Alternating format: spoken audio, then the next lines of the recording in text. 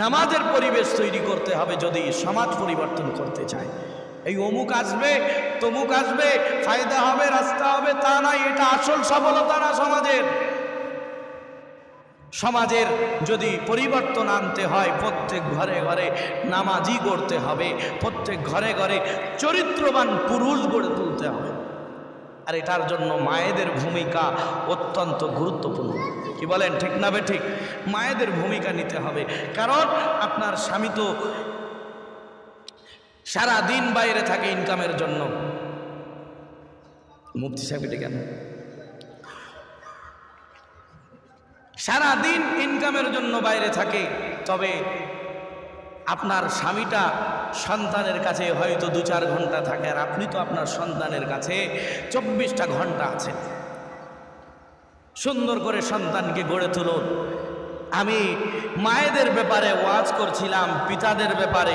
তবে আমি বলতে পারি, যদি মা এবং বাবা যদি সন্তানকে ঠিক মতনভাবে লালিত পালিত করতে পারে, আশা রাখা যায় ওই সন্তানও মায়ের এবং বাবার প্রতি ইহসান করবে যখন মা এবং বাবা বৃদ্ধা এবং বৃদ্ধ হয়ে যাবে। আমরা করব না আবার সন্তানের প্রতি আলাদা জোর ক্রিয়েট করব। সন্তানকে মানুষ করতে পারলাম না, 2-10টা ছেলে মেয়ে, একটাও ছেলে মেয়ে দিনের লাইনে নাই। অনেকেই বলে আমার ছেলে এই করছে, ব্যবসায় দাঁড়িয়ে গেছে, সেই করছে। তবে আমি বলি এগুলো আসল বাহাদুরির বিষয় না। আপনি পিতা হিসাবে সফল তখনই হতেন যখন আপনার সন্তানটা আপনি মারা যাওয়ার পরে আপনার জানাজা পড়ানোর যোগ্যতা রাখত। ইমাম সাহেব না থাকলে ইমামতি করার যোগ্যতা কারো নাই। দিন শেখে না, দিন বোঝে না। এই তো হালাত আমার আপনার। দিন বোঝার চেষ্টা করি না আমরা। মুসলিম পাড়ায় এমনভাবে চলাফেরা যুবকেরা করছে, বড় বলতেও খারাপ লাগে, জঘন্যতম, যেগুলো জাবানে উচ্চারণ করাও খারাপ। এই যুবকগুলোর ভবিষ্যৎ কি? এদেরকে বাঁচাবে কে? এদের ঈমানটা রক্ষা করবে কে? আমি যুবকদেরকে বলি, হে যুবক, তুমি খেয়াল করো তোমার দাদা পরদাদার কথা। তারাও একদিন দুনিয়ায় ছিল তোমার মতন যৌবন নিয়ে। এখন তুমি দেখো তোমার দাদা পরদাদা ওই গোরস্থানায় শুয়ে আছে। একদিন আমাকে তোমাকে ওই কবরে চলে যেতে হবে। এটা চরম সত্য যে মউত অবশ্যই হবে। সেই জন্য আমি যুবকদেরকে অনুরোধ করব, আরে তুমি খারাপ কাজে লিপ্ত, তারপরেও তুমি নামাজ পড়ো। হে যুবক, তুমি জেনায় লিপ্ত, তারপরেও তুমি নামাজ পড়ো। তুমি গোনাহ ছাড়তে পারছো না, তুমি নামাজ পড়ো। দেখবে এই নামাজ তোমাকে একদিন গোনাহ থেকে দূরে টেনে আনবে। পড়ি সুবহানাল্লাহ। এই নামাজ পড়তেই হবে। আমি যুবকদেরকে অনুরোধ করব, খবরদার বিবির কথা শুনে মাকে আর আব্বাকে খবরদার ধমক দিয়ে কথা বলবে না। যদি পিতামাতা অসন্তুষ্ট হয়ে যায় কোনো কারণে, আল্লাহ অসন্তুষ্ট হয়ে যাবে। খবরদার আমরা একটু খেয়াল রাখবো। যুবক, পিতামাতাকে অবশ্যই সম্মান ইজ্জত দিতেই হবে। কারণ নবীজি বলেন, এই পিতামাতাই হলো তোমার জান্নাত এবং জাহান্নাম। ভালো ব্যবহার করবে, জান্নাত পাবে। আর দুর্ব্যবহার করবে তো আমল যতই থাক না কেন, হাজি সাহেব, গাজী সাহেব, আর যেই হও না কেন, খবরদার পিতামাতার সাথে যদি খারাপ ব্যবহার, পিতামাতা অসন্তুষ্ট যদি থাকে, তোমার ওই আমল বাঁচাতে পারবে না। আল্লাহ নিজেই বলেন, ইবাদত আমার জন্যই হবে, আমার জন্যই তুমি ইবাদত করবে। আর আমার ইবাদতের পরেই আমি গুরুত্বপূর্ণ বিষয় বলে দিলাম, পিতামাতার সাথে সদ্ব্যবহার করতে হবে। দুটো জিনিস একটা করলে আর একটা পাওয়া যাবে। যদি পিতামাতার সাথে সদ্ব্যবহার করি, আমার আপনার আমলনামা, আমার আপনার দিনই যত কাজ আল্লাহর কাছে গ্রহণ হবে। পিতামাতার সাথে ভালো ব্যবহার করলে আমার আপনার আমল কবুলিয়াতের দরজায় উঠবে। আর যদি পিতামাতার সাথে আমরা দুর্ব্যবহার করি, আমাদের কোনো আমল কাজে আসবে না। সেই জন্য অনুরোধ করে, হাতে না ধরে পায়ে ধরে বলছি, নিজেকে পরিবর্তন করুন। নিজেকে গড়ে তুলুন আখিরাতের জন্য। নিজের নাফসটাকে পবিত্র করুন। নিজের পরিবারে নামাজ যেন থাকে, সবাই যেন নামাজ পড়ে। আমি একা যাব জান্নাতে না, আমার সাথেও যেন আমার সন্তানও যায়, আমার বিবিও যায়, আমার পাড়া প্রতিবেশীও যায়। বর্তমান সময়ে নিজেদের মধ্যে এমন দ্বন্দ্ব লেগে আছে, একে অপরের সাথে কথাও বলে না। এগুলো বড় খারাপ জিনিস। আমি অনুরোধ করে বলবো, নিজেকে গড়ার জন্য, নিজেকে আখিরাতের জন্য তৈরি করার জন্য, নিজেকে কোরআনের প্রতি, নবীর সুন্নাহর প্রতি আগ্রহী হতে হবে। কোরআন সুন্নাহ যদি নিজের মধ্যে থাকে, আশা রাখা যায় এই কল্প উন্নতি হবে। আর দেহর মধ্যে এই কল্প যদি উন্নতি হয়ে যায়, পুরো বডিটাই উন্নতি হবে। আমি আপনি জান্নাতে চলে যাব। জোরে বলুন সুবহানাল্লাহ। গ্রামবাসী বৃন্দ, আল্লাহ পাক আল্লাহ সুবহানাহু ওয়া তাআলার শুকরিয়া, যিনি আমাদের সকলকে এই পবিত্র উরুসুল মজলিসে এসে কোরআন থেকে সুন্নাহ থেকে আমি গুনাহগারকে বলার এবং আপনাদের শোনার তৌফিক দিয়েছেন। সকলে পড়ি আলহামদুলিল্লাহ। শ্রেষ্ঠ নবী, মানবতার মহামুক্তির দূত, আকায়ে মাদানী,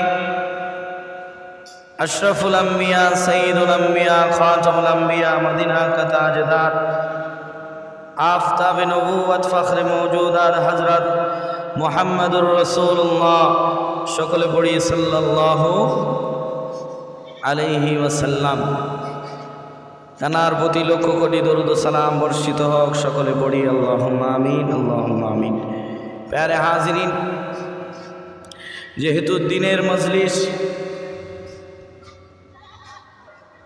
বেশি লম্বা আলোচনা হবে না। আমি প্রত্যেককেই অনুরোধ করে বলছি, এদিক ওদিকে ঘোরাফেরা না করে মজলিসে এসে শরীক। এটা মেম্বারে রসুল, এখানে দাঁড়িয়ে কথা বলার নিজস্ব কোনো যোগ্যতা অ্যাবিলিটি নাই, শুধু হুকুম হয়েছে দাঁড়িয়েছি।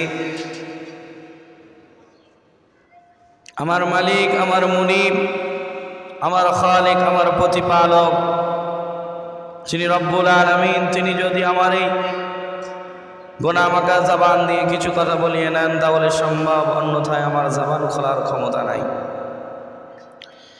কোরআনুল কারীম থেকে ছোট্ট একটি আয়াতে কারিমা তেলাওয়াত করেছি, এটাকে সামনে রেখে কিছু কথা আলোচনা করব। কোরআনুল কারীম এমন এক কিতাব, যে কিতাব আমাকে আপনাকে দামি বানানোর জন্য আল্লাহ পাঠিয়েছে। এই কোরআনুল কারীম অত্যন্ত মূল্যবান কিতাব।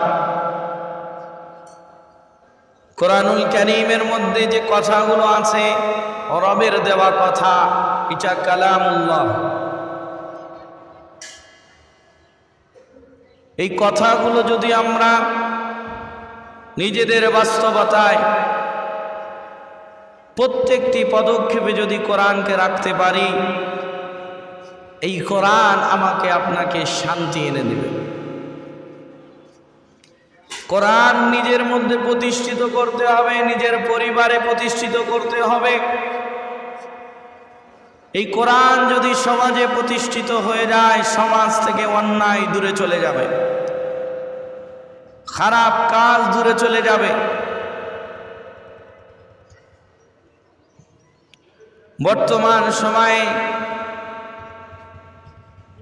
সবচাইতে জঘন্যতম সমাজের মধ্যে একটা কাজ হচ্ছে, সেটা হলো পিতামাতাকে অবহেলা করা, পিতামাতাকে লাঞ্ছিত বঞ্চিত করা। সন্তান বড় হয়েছে, ইনকাম করতে শিখেছে, পিতামাতাকে আর তোয়াক্কা করে না, গুরুত্ব দেয় না। আল্লাহ রাব্বুল আলামিন নিজের ইবাদতের পরে, আল্লাহ রাব্বুল আলামিন তার উপাসনার পরে পিতামাতার প্রতি সৎ ব্যবহারের কথা বলেছেন।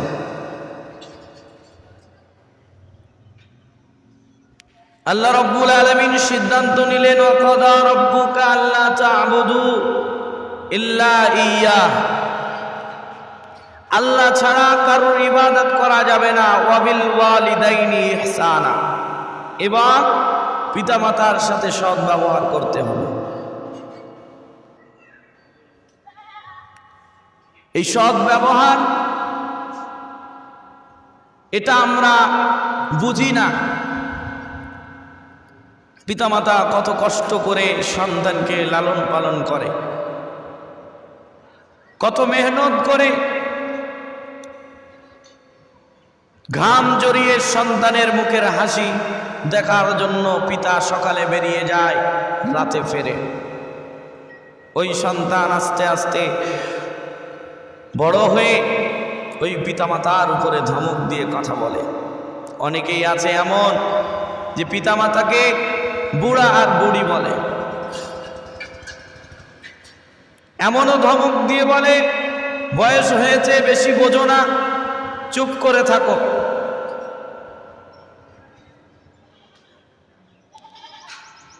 অনেক কথা কানে আসে। পিতামাতার প্রতি অসৎ ব্যবহার সমাজে বাড়তেই চলেছে, বাড়তেই চলেছে। বিশেষ করে সন্তান বিবাহ করার পরে এটা বেশি হচ্ছে। সন্তানের কাছে সবচাইতে প্রিয় ছিল পিতামাতা, তবে বিয়ে করার পরে যেন অন্যদিকে চলে যায়। বিশেষ করে আমাদের পরিবারে একটা অশান্তি লেগেই আছে, শাশুড়ি আর বৌমার। এই অশান্তিতে ছেলে কি করে, বাইরে থেকে আসে, বউ এক কথা বলে, মা আর এক কথা বলে। শেষে মাকে ধমক দিয়ে বউকে সাপোর্ট করে বেশিরভাগই। আমি অনুরোধ করে বলবো, নবীজির একটা কথা আমার মনে পড়ে যায়। নবীজি বলে, হে সাহাবী, এক সাহাবীকে উপদেশ দিচ্ছেন নবীজি সাল্লাল্লাহু আলাইহি সাল্লাম, যে তোমার পিতামাতা যদি তোমাকে সম্পদ থেকেও দূরে সরিয়ে দেয়, না দেওয়ার মনস্থির করে নাই, তারপরেও তোমার পিতামাতার সাথে তুমি দুর্ব্যবহার করতে পারবে না। সম্পদ থেকে বহিষ্কার, কত বড় কথা। নবীজি বলেন তারপরেও পিতামাতার সাথে দুর্ব্যবহার করা যাবে না। আমার আব্বা জানেরা, আমার ভাই জানেরা, ও আমার কলিজার টুকরা যুবক ভাইয়েরা, ও মুসলমান ঘরের ছেলে মেয়েরা, পিতামাতা যে কি জিনিস এটা বুঝলাম না আমরা। নবীজি সাল্লাল্লাহু আলাইহি সাল্লাম বলে, পিতামাতার সাথে দুর্ব্যবহার করা তো কখনোই যাবে না। যদি পিতামাতা তোমাকে সম্পদ দেওয়ার ব্যাপারে তোমাকে দূরে ঠেলিয়ে দেয়, তারপরেও পিতামাতার সাথে দুর্ব্যবহার করা যাবে না, খারাপ ব্যবহার করা যাবে না। ও দুনিয়ার মানুষ, আমার আব্বা জানেরা, আমার ভাই জানেরা, পিতামাতার মর্যাদা অনেক বেশি। নবীজি বলেন, আল্লাহর কাছে কিছু শ্রেণী এমন আছে যারা দোয়া করলে কোনো পর্দা থাকে না, তাদের দোয়া আল্লাহর কাছে ডাইরেক্ট কবুল হয়ে যায়। জোরে বলুন। তার মধ্যে মা আছে। মার গুরুত্ব বুঝি না। মা দুনিয়া থেকে বিদায় নিলে মায়ের শোকে আমরা ক্রন্দন করি, মা চলে গেল। কিন্তু মা যখন দুনিয়ায় জীবিত ছিল, একবারও আমার ফুরসাত হলো না মায়ের সাথে 10 মিনিট, 20 মিনিট, আধা ঘন্টা একটু বসে গল্প করি। কাজ থেকে বাড়ি ফিরলাম সন্ধ্যার পরে, আমি আগে আমার নিজেদের সন্তানদের কাছে আমরা চলে যাই, গিয়ে সন্তানের কথা, সন্তানের সাথে হাসি ঠাট্টা করি। কিন্তু মা যে বৃদ্ধা হয়ে গেছে, মায়েরও তো একটু শখ হয়, আমার বাবা আমার কাছে এসে একটু বসবে, আমার সাথে একটু গল্প গুজব করবে, হাসি মজাক করবে। ও দুনিয়ার মানুষ, ও যুবকেরা, তরুণেরা, আমরা তো দুনিয়ার সাথে জড়িত এমন ভাবে হয়ে গিয়েছি, আমাদের এমনটার সময় নাই। মা যে কি খেতে পছন্দ করে একবারও আমরা জিজ্ঞাসা করি না। আর মা যদি দুনিয়া থেকে হঠাৎ যদি বিদায় নিয়ে চলে যায়, ওই সন্তান আবার বলে মা আমাকে কত না ভালোবাসতো। হ্যাঁ, মা তো সন্তানকে ভালোবাসবেই, এটাই তো স্বাভাবিক, এই জন্যই তো মা বলা হয়েছে। তবে হে যুবক, তুমি নিজের মাকে কতটা খিদমত করতে পেরেছ? নবীজি বলেন জিবরিল আমিন এসে একটা দোয়া করলো, যারা পিতামাতা পেল না তারা যেন ধ্বংস হোক। আল্লাহ নবী এই দোয়াটা শোনার পরে আমিন বলেছিলেন। জিবরিল আমিনের বদদোয়া আর নবীর আমিন, এটা সীমাবদ্ধ। তাহলে ভেবে দেখুন, তার তো ধ্বংস অনিবার্য। যে দুনিয়ায় পিতামাতা পেল, পিতামাতার খেদমত করার সুযোগ পেল, অথচ জান্নাতের হকদার হতে পারল না, সে ধ্বংস হোক। ও আমার আব্বা জানেরা, আমার ভাই জানেরা, ও আমার প্রিয় গ্রামবাসী, আমার কথাটা দিল দিয়ে বোঝার চেষ্টা করুন। বড় কষ্ট লাগে, এমন এমন খবর কানে আসে, ছেলে বড় হয়েছে, মাকে ধরে মারে, মাকে ধরে পিটায়, বাবাকে গালি দেয়, বাবাকে দূর দূর করে ঘর থেকে বাইর করে দেয়। ও দুনিয়ার মানুষ, পিতামাতা যে কি জিনিস এটা যদি আমরা বুঝতাম, পিতামাতাকে মাথায় করে রাখতাম। নবীজি বলেন আমি তো এতিম হয়ে দুনিয়ায় এসেছি। নবীজি সাল্লাল্লাহু আলাইহি সাল্লাম তিনি বাবার আদর পান নাই, মায়ের ভালোবাসাও দীর্ঘদিন পান নাই। নবীজি সাল্লাল্লাহু আলাইহি সাল্লাম মাকে এত ইজ্জত করতেন, সম্মান দিতেন। হালিমাতুস সাদিয়া নবীজি জানার কাছে দুধ পান করেছিলেন শিশুবেলায়। নবীজি সাল্লাল্লাহু আলাইহি সাল্লাম একদিন ওয়াজ করছিলেন, নসিহত করছিলেন সাহাবায়ে কেরামদেরকে নিয়ে। হঠাৎ নবীজি সাল্লাল্লাহু আলাইহি সাল্লাম লক্ষ্য করলেন তার দুধ মা হালিমাতুস সাদিয়া নবীজির কাছে আসছে। নবীজি বলে ও সাহাবীরা রাস্তা করে দাও। হালিমাতুস সাদিয়া নবীজির সামনে যখন আসলেন, নবীজি নিজের চাদর মোবারক, রুমাল মোবারকটা ওই বৃদ্ধা মহিলা হালিমাতুস সাদিয়া রাদিয়াল্লাহু তাআলা আনহার জন্য বিছিয়ে দিলেন। হালিমাতুস সাদিয়া নবীর সাথে আলাপ করার পরে আবার যখন বিদায় নিচ্ছেন, সাহাবীরা জিজ্ঞাসা করলেন ইয়া রাসূলুল্লাহ, ইয়া হাবিবাল্লাহ, হুজুর এই মহিলাটাকে তো চিনতে পারলাম না, আপনি এই মহিলাকে এত ইজ্জত দিলেন কেন? ও দুনিয়ার মানুষ, নবীজি তখন বলে ও সাহাবীরা শোনো শোনো, এটা অন্য কোনো মহিলা না, এটা আমার দুধমা হালিমাতুস সাদিয়া। জোরে বলুন না সুবহানাল্লাহ। মাকে কতটা সম্মান দিয়েছেন, নারীদেরকে নবীজি অনেক মর্যাদা দিয়েছে। আমরা সন্তান হয়ে মাকে চিনতে পারলাম না। মা যে কত কষ্ট করে লালিত পালিত করে বড় করেছে। শুধু মা যখন নিজের পেটে সন্তানকে রেখেছিল, এই কষ্টটা যদি তুমি উপলব্ধি করতে চাও হে যুবক, মায়ের খোঁজ তুমি নাও না। মায়ের সাথে 10 মিনিট 20 মিনিট আলাদাভাবে কথা বলার তোমার এখন সময় নাই। মা তোমাকে কতটা কষ্ট করে লালিত পালিত করেছে একটু দেখো। তুমি যদি এটাকে উপলব্ধি করতে চাও হে যুবক, তুমি বিবাহ করেছো, অবশ্যই তোমার বিবি যখন প্রেগনেন্ট হবে, সন্তান যখন পেটে রাখবে, 5-7 মাস যখন হয়ে যাবে, বিবির দিকে একবার লক্ষ্য করে দেখো। তুমি ঘুমাও, কিন্তু রাতে ঘুমটা ভেঙে যাওয়ার পরেই তুমি দেখতে পাবে তোমার বিবিটা বিছানায় নাই, বারান্দায় পায়চারি করছে, হাঁটা চলা করছে। হে যুবক, তুমি যদি জিজ্ঞাসা করো ও বিবি আমার কি ব্যাপার, ঘুমিয়ে না ঘুমিয়ে কেন পায়চারি করেছো বারান্দায়, বিবি তখন ডাক দিয়ে বলবে, স্বামী আমার কি করব, শুয়ে আছি, আমার গর্ভে যে সন্তান আছে আমাকে এমন একটা লাথি দিল, আমি আর ঘুমাতে পারি না, আমি বিছানায় স্বস্তিতে ঘুমাতে পারছি না। সেই জন্য আমি বিছানা থেকে উঠে একটু আমি পায়চারি করছি, একটু শান্তি অনুভব করার চেষ্টা করছি, শান্তি নিজের মধ্যে আনার চেষ্টা করছি। হে যুবক, মা দুনিয়ায় সন্তানকে প্রসব করার জন্য কত না কষ্ট করেছে, না খেতে পেয়েছে ভালো করে, না ঘুমোতে পেয়েছে ভালো করে, চলাফেরা এত কষ্টদায়ক হয়ে গিয়েছে, কোনো দিকে স্বস্তি নাই।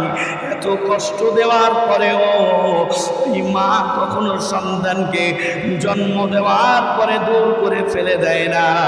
যদি আমরা একটু প্রসব বেদনার খবর যদি আমরা নিজেরা যদি একটু বুঝতাম, তাহলে কখনো মায়ের উপরে ধমক দিতাম না।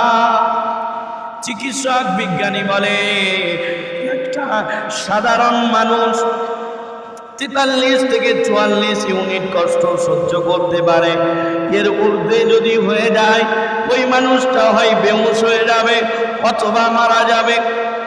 চিকিৎসক বিজ্ঞানী বলে, তবে একটা মহিলা যখন বাচ্চা প্রসব করে 43-44 নয়, ওই মহিলাটা 53 থেকে 54 ইউনিট কষ্ট সহ্য করে। নবীজি সেই জন্য বলে, যে নারী প্রসব বেদনায় যদি মারা যায়, নবীজি বলেন ওই নারীকে আল্লাহ রাব্বুল আলামিন শহীদি মর্যাদা দিবেন। জোরে বলুন, শহীদি মর্যাদা। যদি আমরা একবার বুঝতাম মা কত কষ্ট করেছে, ও দুনিয়ার মানুষ, ও আমার আব্বা জানেরা, আমার ভাই জানেরা, এই প্রসব বেদনার সময় মা এত কষ্ট করেছে, তারপরেও সন্তান যখন দুনিয়ায় আসলো এত কষ্ট সহ্য করেছে, তারপরেও সন্তানের মুখের দিকে তাকিয়ে মা 10 মাস 10 দিনের কষ্ট, এমনকি প্রসব বেদনার কষ্ট নিমিষেই ভুলে যায়। যদি বলুন সুবহানাল্লাহ, নিমিষেই ভুলে যায়। একবারও বলে না যে আমাকে এত কষ্ট দিয়েছে, একে দূরে সরিয়ে দাও, আমি এর চেহারা দেখতে চাই না। মা এমনটা বলে না। হে যুবক, মা যদি একটু বয়স হয়ে যাওয়ার কারণে একটু বেশি কথা বলে, তুমি তখন ধমক দিয়ে বলো, এত বেশি কথা কেন? যখন তোমার বাচ্চারা তোমাকে বারে বারে একই প্রশ্ন বারে বারে করে, তখন তুমি বিরক্ত হও না। আর মা একটু বয়স হয়ে যাওয়ার কারণে তুই একটা কথা বেশি বললেই সন্তান নিজের মেজাজ হারিয়ে ফেলে। যে সন্তান মাকে ধমক দেয়, যে সন্তান বাবাকে ধমক দেয়, সেই সন্তান কখনো তার ভবিষ্যৎ তার ঠিক হয় না। আমি অনুরোধ করে বলবো, আমার সময় শেষের দিকে আমাদের মাঝে মুফতি সাহেব আছেন, তিনি কথা বলবেন। তিনি আমাদের মাঝে এসেছেন, উপস্থিত হয়েছেন। আমরা তানার কথা মনোযোগ দিয়ে শুনব, আমরা তানার জন্য দোয়া করব, তানার জ্ঞানে এবং আমলে আল্লাহ যেন ভরপুর তারাক্কি দান করেন, আমিন। আমি যুবকদেরকে বলবো, হে যুবক, তুমি যদি সফলতা পেতে চাও, তুমি যদি সফলতার উচ্চ শিখরে উঠতে চাও, মায়ের কাছে দোয়া নাও। দুনিয়ার জমিনে যত আলেম, যত আউলিয়ায়ে কেরাম, যত মুহাদ্দিসিনে কেরাম, ফুকায়ে কেরাম, যত দামি দামি ব্যক্তিত্ব দুনিয়ায় ছিল এবং আছে বর্তমানে, যারা দুনিয়া থেকে বিদায় নিয়েছেন, প্রত্যেক বড় বড় ব্যক্তিত্বর পিছনে মায়ের দোয়া শামিল আছে। মায়ের দোয়া ছাড়া বড় হওয়া অসম্ভব। যেটা পাওয়ার যোগ্য আমরা না, মায়ের দোয়া যদি শামিল থাকে সেটা অবশ্যই পেয়ে যাব। জোরে বলুন সুবহানাল্লাহ। মায়ের দোয়া ডাইরেক্ট কবুল। সেই জন্য আমি আমার আম্মাজানদেরকে বলবো, খবরদার, নবীজি বলেছেন মায়েদের দোয়াও কবুল, বদদোয়াও কবুল। সন্তানের জন্য ও আমার বোনেরা, আম্মারা, খবরদার কখনো বদদোয়া করবেন না, কারণ মায়ের দোয়াও কবুল, বদদোয়াও কবুল। সেই জন্য সন্তানের উপরে যদি একটু রাগান্বিত হন, ভালো দোয়া তার জন্য করে দেবেন। আল্লাহ আলেম তৈরি করুক, দামি ব্যক্তিত্ব, চরিত্রওয়ালা, ভালো আল্লাহর প্রিয় বান্দা তৈরি করুক, এমন দোয়া করবেন, খবরদার বদদোয়া করবেন না। আজ মায়েরা দিনের প্রতি আগিয়ে নাই বলে সন্তানদের এমন হালাত। 10 বছর আগের কথা বলি, যখন বাচ্চাগুলো খেলাধুলা করত, বিকালে সন্ধ্যা হলেই মায়েরা লাঠি নিয়ে চলে যেত, আর সময় বাইরে না, চলো পড়াশোনায় বসতে হবে। সন্ধ্যের পরে কাউকে বাইরে দেখা যেত না। আর এখন সব বাচ্চাগুলো সারা দিন বাড়িতে মোবাইল নিয়ে ব্যস্ত, আর সন্ধ্যার পরে আড্ডা দেওয়ার জন্য বেরিয়ে পড়ে। কিছু কিছু মুসলিম ঘরের ছেলে মেয়েরা এমনভাবে চলাফেরা করছে, তাকে দেখলে বোঝা যায় না এ যে মুসলিম, এ যে নবীর উম্মত, এটা বোঝা যায় না। আমাদের বর্তমান এই সমাজে আমরা যদি অন্য কোনো সমাজে যাই, যেমন আমার বিধর্মী ভাইদের, তাদের যদি সমাজে যাই, বুঝবো তারা দুনিয়া নিয়ে ব্যস্ত, কেউ বড় ব্যক্তিত্ব হওয়ার জন্য পড়াশোনায় ব্যস্ত, এই ব্যস্ত সেই ব্যস্ত। আর আমাদের পাড়ায় ঢুকলে, গ্রামে ঢুকলে, কেউ সন্ধ্যের পরে আড্ডা নিয়ে ব্যস্ত, কে চায়ের দোকানে ব্যস্ত, কেউ খেলাধুলায় ব্যস্ত, পড়াশুনো জ্ঞানের দিকে কেউ নাই। আজ আমাদের অবস্থান হারিয়ে ফেলছি আমরা নিজেদের জায়গায় দাঁড়িয়ে থাকতে পারছি না, কারণ আমাদের মধ্যে যোগ্য কেউ নাই। না একটা যোগ্য ভালো আলেম আছে, না যোগ্য একটা ডাক্তার আছে, না ব্যারিস্টার আছে, না কেউ আছে। এই বর্তমান সময়ে যদি আমরা বাচ্চাগুলোকে ঠিক মতন ভাবে তালিম তারবিয়াত দিতে পারি, আশা রাখা যায় এই বাচ্চাগুলো ভবিষ্যতে ভালো আলেম হবে, ভালো হাফেজ হবে, ভালো ডাক্তার হবে, ইঞ্জিনিয়ার হবে, ভালো প্রফেসর হবে। আমরা গুরুত্ব দিতে চাই না, সন্তান বড় হলেই যাও টাকা ইনকাম করতে। আমি অনুরোধ করে বলবো, ও আমার আম্মা জানেরা, আপনারা একটু পরিবর্তন হন। সন্তানগুলোকে 5 ওয়াক্ত নামাজের মধ্যে, সন্তান যদি 5-7 বছর 8 বছর হয়, 5 ওয়াক্ত নামাজের মধ্যে 2-4 ওয়াক্ত, জোহর আসর মাগরিব এসা তো অনেক রাত হয়ে যায়, এই 3 ওয়াক্ত সুন্দর পোশাক পরিয়ে জোর জবরদস্তি বলবে, বাবা যাও গিয়ে নামাজটা পড়ে আসো। এমন তো করে না কেউ। সন্তানগুলোকে অন্য লাইনে ঠেলে দিচ্ছে, কিন্তু মসজিদমুখী কেউ করে না। করবে তো কি করে? নিজে তো নামাজ পড়ে না, নিজে তো দিনের প্রতি নাই, দিনের প্রতি গুরুত্ব নাই। এই বাচ্চাগুলো আস্তে আস্তে আস্তে, এই বাচ্চাগুলোর কাছেই আমাদের ভবিষ্যৎ। আগামী প্রজন্ম কে ভালো ডাক্তার হবে না হবে এদের মধ্যেই লুকায়িত আছে। যদি গড়তে পারি ঠিক মতন, তাহলে অবশ্যই ফায়দা পাওয়া যাবে। আমি অনুরোধ করব, কিছু হোক আর নাই হোক, আমাদের ঘরে ঘরে যেন নামাজের পরিবেশটা আসে। নামাজের পরিবেশ, মুজাদ্দিদে জামান আল্লামা আযান নাচি রহমাতুল্লাহ আলাই, তিনি তার প্রথম কথাটাই বলেছেন, বাবা নামাজটা পড়ো তুমি, আবার বিনা কাজায়। খবরদার, সাবালক সাবালিকা হওয়ার পর থেকে নিয়ে মরণের আগ পর্যন্ত নামাজ ইচ্ছাকৃতভাবে কাজা করা যাবে না, বিনা কাজায় পড়তে হবে।